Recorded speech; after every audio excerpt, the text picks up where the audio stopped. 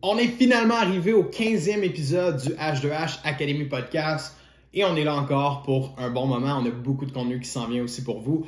Merci d'être là, merci d'écouter nos vidéos. Je voulais commencer par ça aujourd'hui parce que je trouve ça super important de le mentionner. Sans plus attendre, dans l'épisode 15, on te parle de 3 indicateurs de détresse qui peuvent signaler que ton entreprise ou ta pratique à l'heure actuelle ne va pas si bien que ça. Puis la raison pour laquelle on a décidé d'adresser ça, c'est que c'est un peu trop tabou, les gens n'en parlent pas suffisamment. Donc, je te laisse, sans plus attendre, écouter l'épisode. Donne-moi tes commentaires s'il y a des points que tu aimerais discuter, s'il y a des points que tu trouves intéressants. Donc, sur ce, bonne écoute.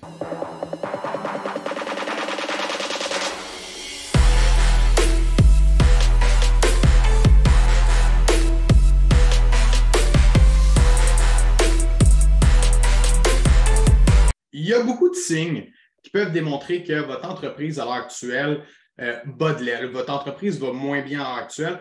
Les signes qu'on perçoit toujours, puis ce que les gens vont regarder, c'est le chiffre d'affaires, le profit, les revenus, la paye que vous êtes en mesure de vous verser ou pas, sont tous des signes très simples à regarder qui sont des chiffres. Hein, right? On est capable de regarder les chiffres, de les lire, puis d'en faire vraiment une analyse concrète. Ça, tout le monde est en mesure de le faire. Puis ces chiffres-là, ça nous indique est-ce qu'on est dans le profit, est-ce qu'on s'en va du bon côté. C'est très simple à faire. Aujourd'hui, ce qu'on veut faire, c'est qu'on veut vous aider à déterminer quel autre signe, peut-être un petit peu plus au niveau psychologique chez l'entrepreneur, chez le travailleur autonome, pour justement être en mesure de dire quand est-ce que je devrais peut-être lever la main, demander de l'aide, aller chercher des ressources, en parler, parce que ce n'est pas toujours facile d'en parler quand la business est bas de l'aile. C'est plus tough pour nous. On a un sentiment de fierté. On n'est pas prêt à dire que ça ne va pas bien dans notre business. On a de l'orgueil, on veut continuer. Mais c'est super important d'en être conscient de notre situation, d'être conscient de comment ça se passe dans la business pour justement pas frapper un mur. Parce que, PL, tu es d'accord avec moi, mais on en voit beaucoup trop des gens qui foncent la tête première puis qui ne prennent pas le temps d'analyser justement ces signes-là. Puis on leur parle, je vais donner un exemple, mais on leur parle en août, puis quand on vient pour leur parler en janvier de l'année d'après, ils ne sont plus en Gone. Exact. Ah, et la thématique de la semaine, Nico, c'est définitivement l'humilité dans la détresse de l'entrepreneur. Tu sais.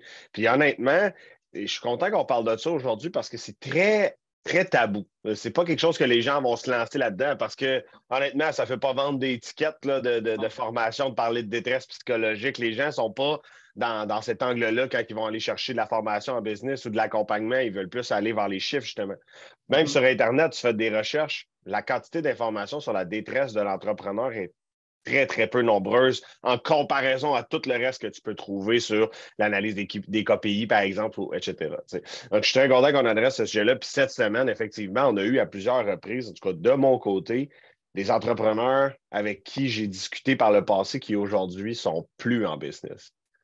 Fait que je trouve que le sujet il est vraiment d'adon.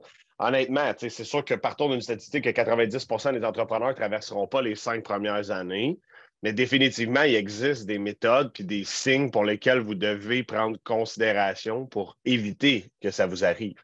OK? Être entrepreneur, ce n'est pas un ego trip.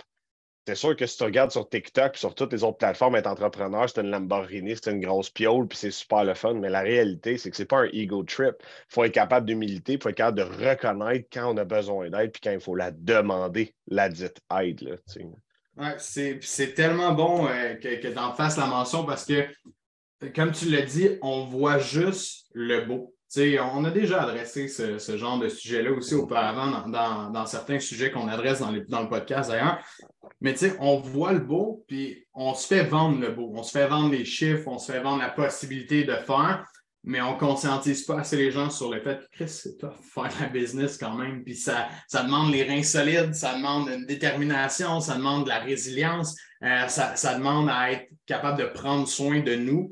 Puis les signes qu'on veut parler justement aujourd'hui, les signes qu'on veut aborder, je pense qu'il y a beaucoup de gens qui risquent de se reconnaître là-dedans à certains moments.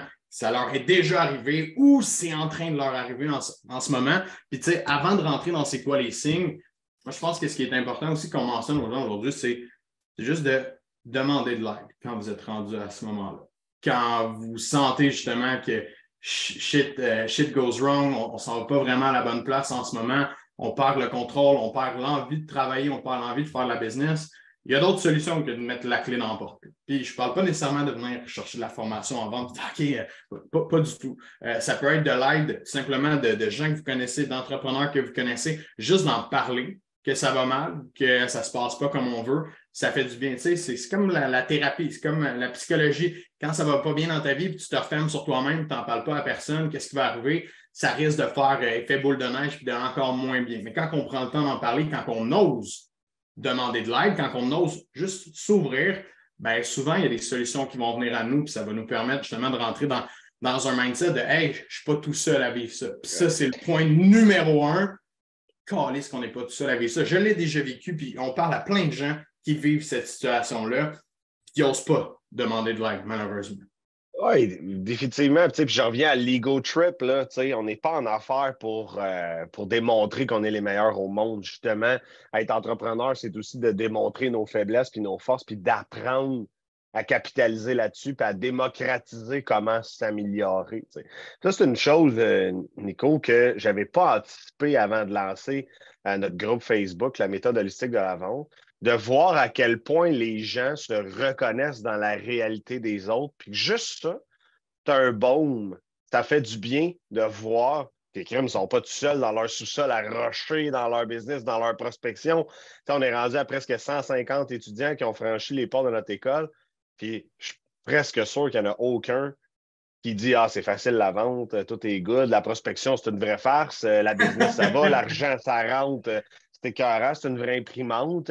Fait qu'ultimement, d'avoir un point de contact, un cercle qui peut t'accompagner, c'est aussi ça, demander de l'aide. Juste d'avoir une personne avec qui démocratiser l'émotion, le ressenti, ça fait du bien. Puis en business, c'est moins glamour, définitivement, mais au personnel, on commence vraiment à voir une progression. La santé mentale est démocratisée.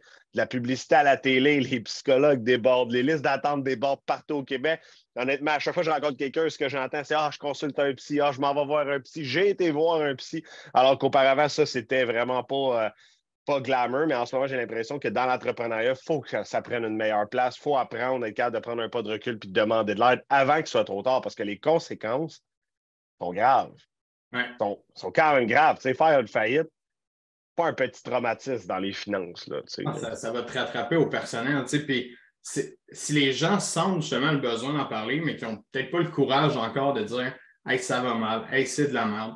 Je vous annonce quelque chose. Sur le groupe, vous pouvez venir à GH Academy, les top closers, vous pouvez publier de façon anonyme. Fait allez-y, là, essayez. S'il y a quelqu'un ici qui écoute en ce moment et qui sent qu'il y a de la misère, que la business ne va pas bien, mais qui trouve ça difficile d'en parler et d'avouer, venez publier sur le groupe de façon anonyme. Exposez votre situation, parlez-en, personne ne va savoir vous êtes qui, même pas nous, on ne le voit pas en tant qu'admin qui poste de façon anonyme. Et de cette façon-là, vous allez être en mesure de probablement avoir des réponses des gens qui ont passé par là, qui ont vécu des étapes traumatiques, des moments très difficiles en business. Il y en a qui ont échoué, il y en a qui ont réussi à se relever de ça. Il y en a des expériences de toutes sortes. Poser la question, c'est la meilleure chose que vous pouvez faire, du moins engager la discussion là-dessus. Puis je sais que c'est tough sur l'ego. Moi, le premier, je trouve ça dur. J'en parle maintenant ouvertement parce que je trouve que c'est important de le faire, mais quand j'ai perdu 30 000 dans une business, en faisant un move d'épais, j'ai vécu les pires moments de ma vie. J'étais sur le bord de la dépression, puis je trouvais que j'avais fait un échec de moi-même, que j'étais loser, que je n'étais pas capable de me relever de ça, que ça n'avait pas de bon sens. Honnêtement, je ne sais pas si j'étais en dépression, parce que je peux aller me faire tester est-ce que tu es en dépression ou non. Je ne sais pas comment ça fonctionne. Ce n'est pas un test COVID. Mais bref, parce que ça, je ne l'ai jamais poigné.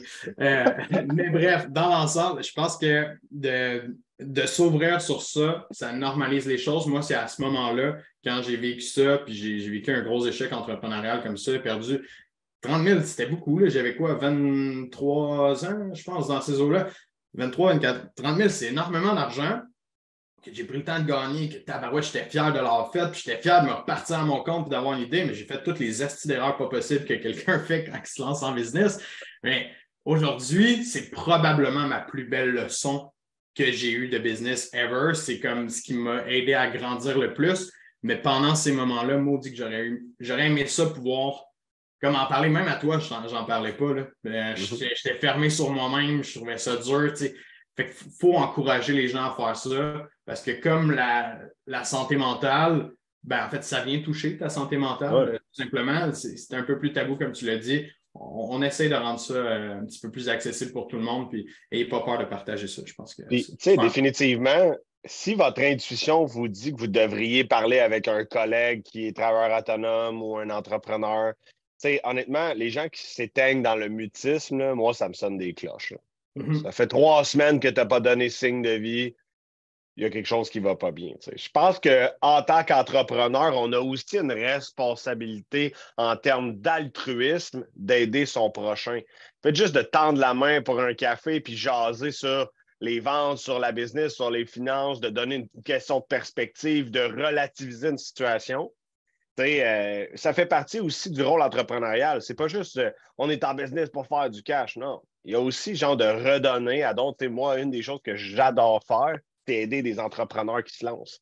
Des jeunes, pas des gens là, comme 40, 50 ans qui relancent une troisième business, mais plutôt, je vois du hustle de gens de 20 ans qui se lancent une business qui l'ont eu vraiment tough. Honnêtement, j'ai pris encore un meeting cette semaine de 30 minutes avec quelqu'un qui est bénévolement, juste pour l'aider à l'enligner sur une stratégie parce qu'il ne répondait pas à notre service, à nous, puis je voulais quand même prendre le temps de l'accompagner. Je pense que ça ne coûte rien, mais ça fait tellement de bien, puis c'est de l'altruisme pur. Fait qu'honnêtement, je pense que aussi en tant qu'entrepreneur, on a une responsabilité de redonner lorsqu'on a une partie du savoir ou tout simplement juste pour donner de la perspective à l'autre personne, ça fait du bien. C'est de splitter la charge mentale puis d'en prendre un petit peu sur nos épaules, alors que nous, on est capable de le prendre, mais que l'autre personne, c'est peut-être bien pesant sur ses épaules. Fait que, d'en prendre une petite partie, ça fait du bien pour tous. Là, Bon point, bon point. Puis bien évidemment, allez consulter aussi, c'est jamais une mauvaise chose au final, si vous sentez le besoin de le faire. Fait que pour se lancer, justement, c'est quoi ces signes-là? Qu'est-ce qui peut vous arriver à l'heure actuelle comme genre de signe de détresse qui indique que ben, votre entreprise bat de l'aile, que ça bat de l'aile de votre côté à l'interne? Moi, la première chose que je vois, puis je le dis de façon vécue aussi, c'est de repousser tout ce qui est comptabilité, de regarder les chiffres, justement, de tracker ses dépenses, ses revenus, voire même de se verser de l'argent parce qu'on n'est pas capable de se verser de l'argent à un certain point. Donc, vraiment de repousser sa comptabilité, d'ignorer, voire même l'aspect comptable, c'est le premier signe. Puis ce que ça crée, j'ai fait un post sur ça d'ailleurs hier sur Facebook, ce que ça crée, c'est que les gens se retrouvent à dépenser les taxes, dépenser l'impôt qu'ils doivent repayer à la fin de l'année. Puis là, ils se ramassent un nouveau problème parce qu'ils ne traquent plus du tout leurs taxes et leurs impôts. Ils vivent avec tout ce qui rentre parce qu'ils sont dans le jeu un peu. Ils repoussent le reste, puis là vient le temps de payer les impôts, de payer les taxes. Bang! Tu remanges une deuxième claque sur la gueule déjà que ça ne va pas bien par le gouvernement qui te dit « Vous nous devez 25 000 ». Oh, shit! Ça frappe. Ouais, exact. Honnêtement, c'est de l'aveuglement volontaire. Là. Tu prends la décision de ne pas les regarder tes chiffres parce que tu en as honte. Mais honnêtement, en ce moment, ce que tu es en train de faire, c'est creuser ta propre tombe. Là. Pour moi, là, c'est le signe qui. La plaie est ouverte, il faut cicatriser, il faut faire quelque chose, ça presse. Puis ultimement, ça, c'est un des signes qui est le plus visible. Là, je veux dire, honnêtement, ouvre ton QuickBook ou peu importe ton Excel de facturation, puis tu vas voir que ça ne se passe pas bien. Puis donc, ça, c'est le premier signe que tu es comme, OK, il faudrait peut-être que j'aille chercher de l'aide pour éviter justement qu'il soit trop tard. Parce que justement, pour moi, là, quand le gouvernement ou les huissiers cognent à ta porte, sacrément, ça va prendre une résilience de feu pour être capable de rebondir. Ton entreprise est bas de l'aile, c'est pas une cause perdue, mais tu peux l'anticiper. Soit c'est smart pour l'anticiper ou demander de l'aide.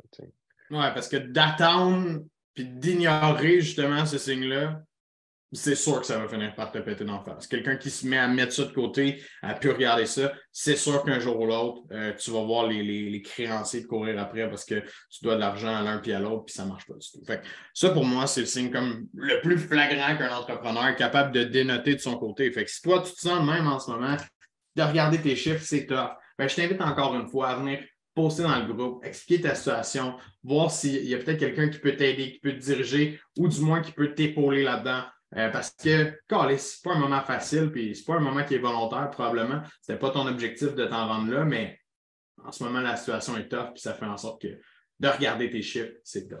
Fait, pour moi, ça, c'est vraiment le premier point. Puis le deuxième que je perçois, encore une fois, je parle d'expérience vécue, j'ai déjà été là, mais quand tu n'es plus capable de faire des ventes ou que tu détestes aller en vente avec des clients, pour la simple et unique raison que d'un, ta confiance est drainée au minimum. Là, tu n'es pas confiant parce que clairement, tu ne génères pas d'argent dans ta business, ça ne va pas bien dans ta tête à cause de ça à l'heure actuelle. Donc, d'aller te présenter devant les clients, c'est stressant. Il faut que tu closes à tout prix pour mettre du pain sur la table, payer le loyer, payer tes factures, ton employé, voire même si tu en as un en business. Toute vente devient une cause de stress et non de plaisir d'aller travailler avec des clients et de voir qu'est-ce qu'on pourrait faire avec eux. Fait que pour moi, ça, c'est un gros signe. Of course, là, je parle de la vente, de la prospection.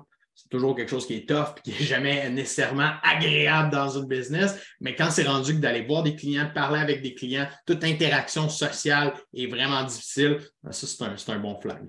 Ouais, ça me fait rire parce qu'en fait, on ne parle pas de prospection parce que définitivement, quand ton entreprise bat de l'aile, on le sait que tu n'en fais pas de prospection. Of course.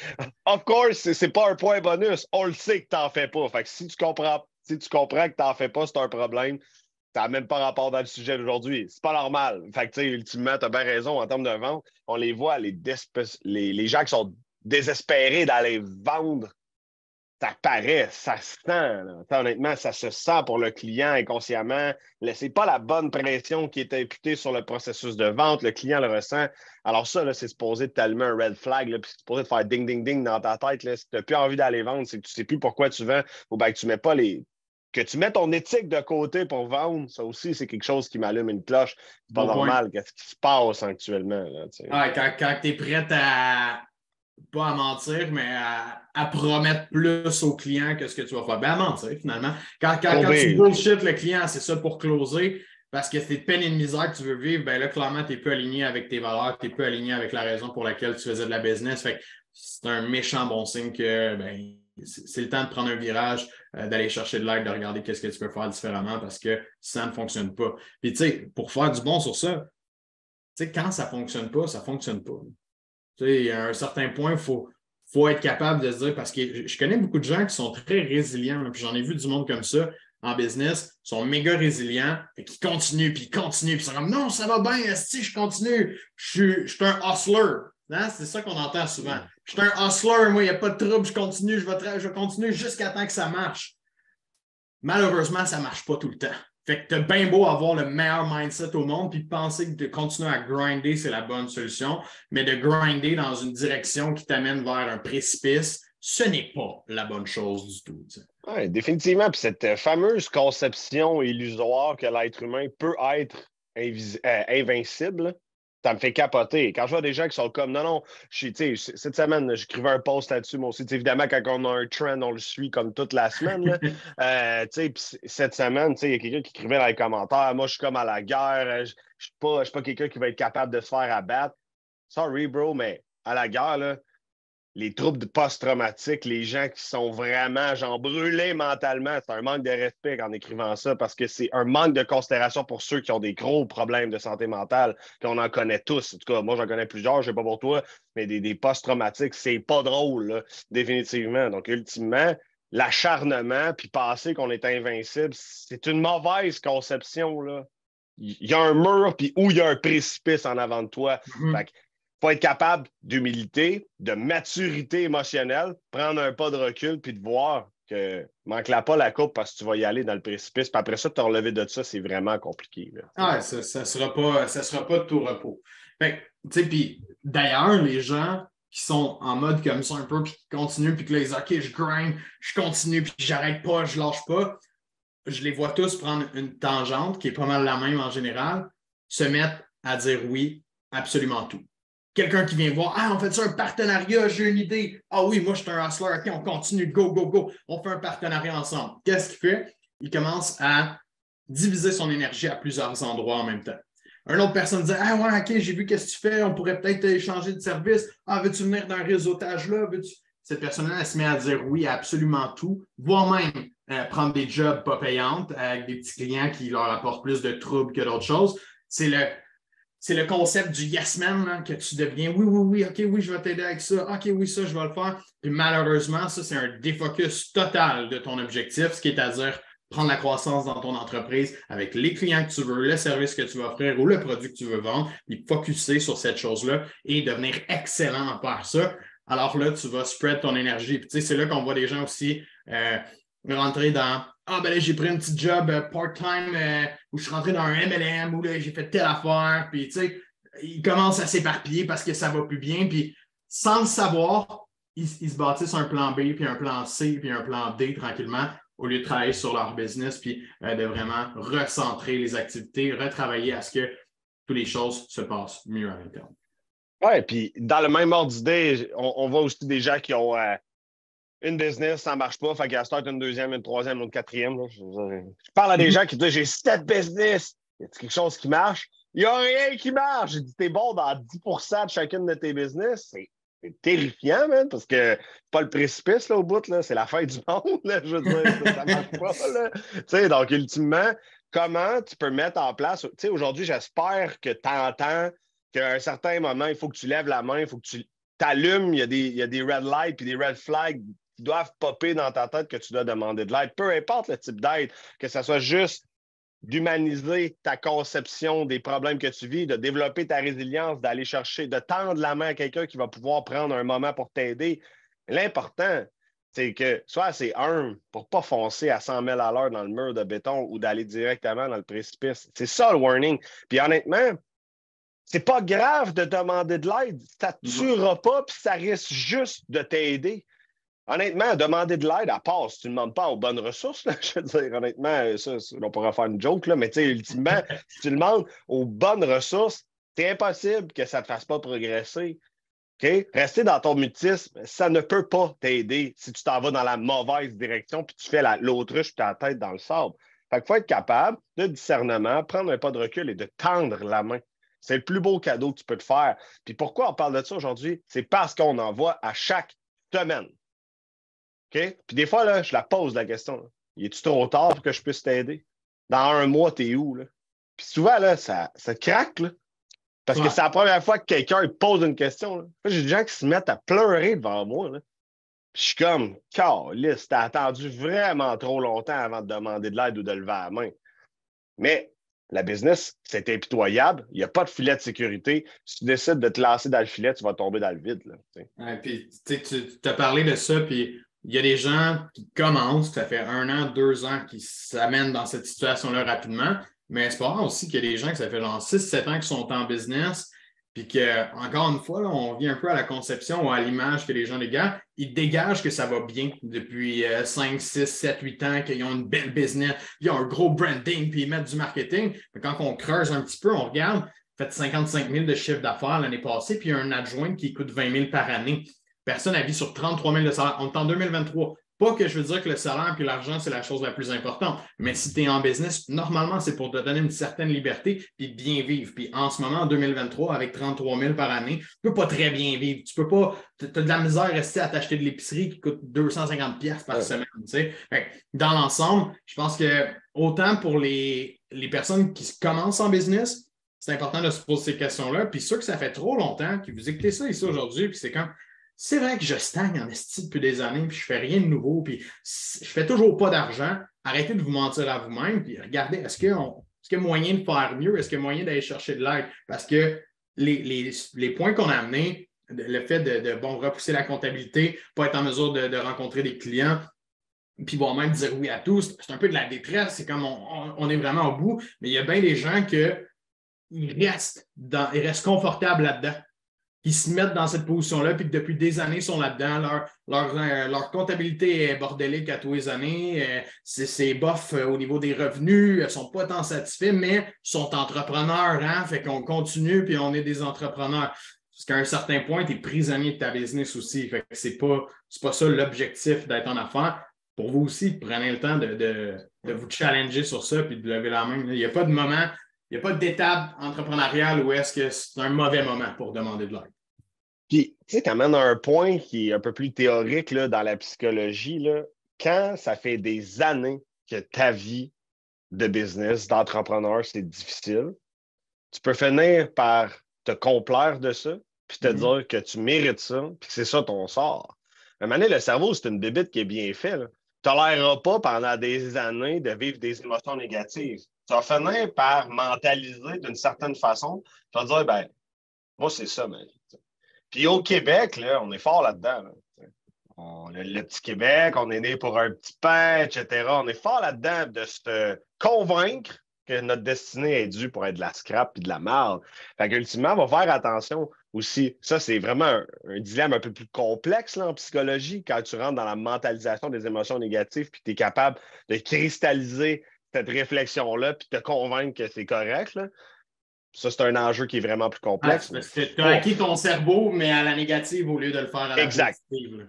Bien vulgarisé. C'est exactement ça. C'est pas la bonne chose. Puis, tu sais, nous, on travaille beaucoup. Est-ce que les gens hackent leur cerveau à la positive pour mieux travailler, pour justement être plus dans l'action, être capable de surpasser des moments plus tough. Mais là, en ce moment, ce que tu fais, c'est que tu négliges 100% de ta situation ou tu l'éteins tout simplement. Tu viens de mettre une grosse chaudière d'eau sur le feu qui roulait, puis là, ça ne partira plus jamais.